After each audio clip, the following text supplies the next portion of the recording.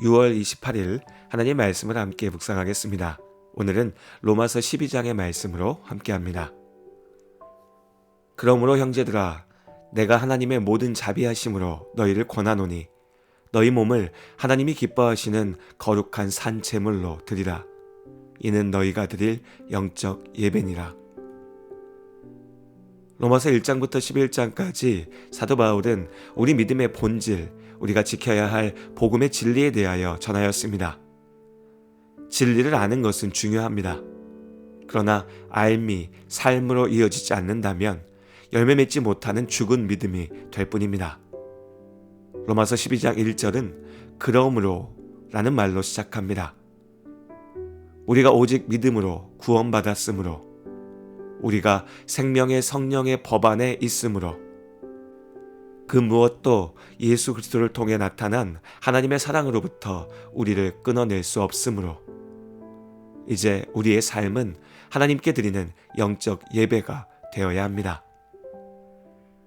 하나님께 드리는 삶의 예배에는 다른 제물이 필요하지 않습니다. 참된 예배는 혈통으로, 전통과 관습으로, 성전의 건물로 드려지는 것이 아닙니다.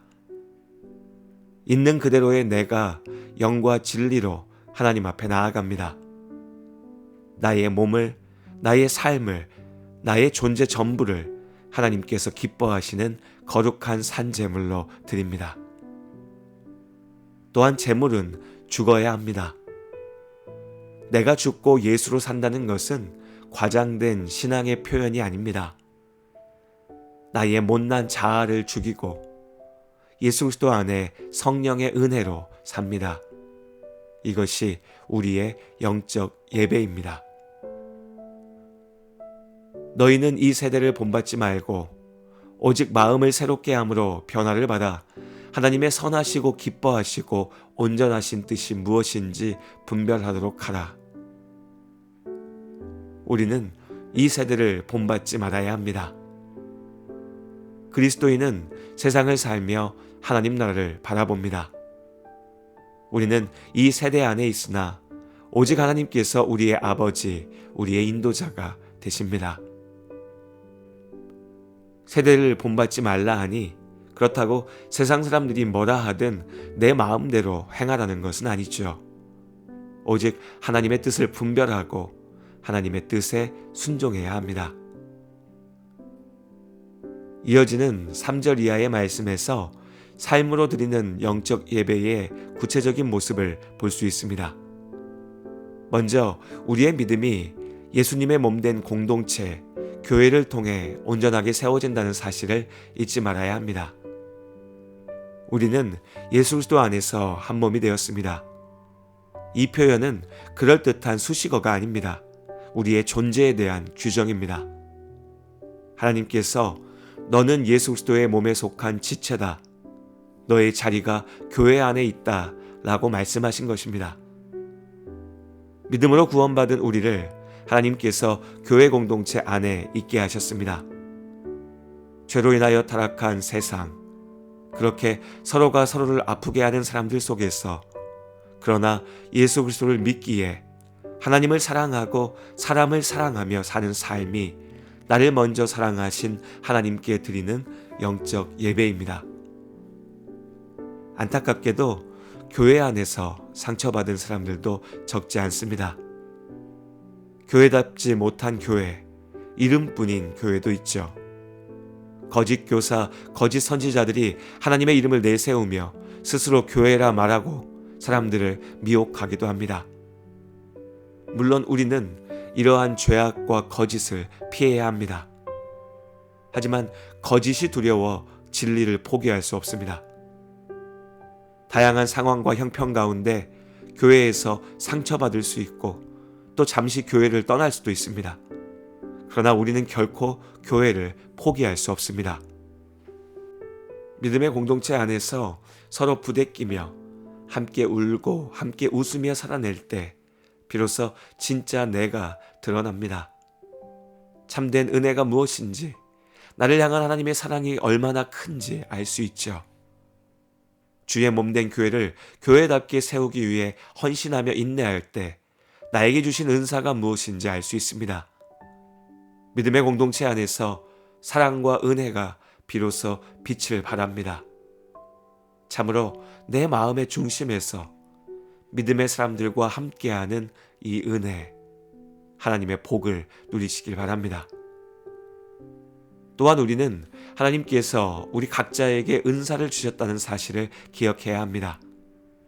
6절 이하의 말씀들은 예언하는 은사, 섬기는 은사, 또한 위로하고 구제하며 다스리고 긍휼을 베푸는 여러 은사들에 대해서 말하고 있습니다.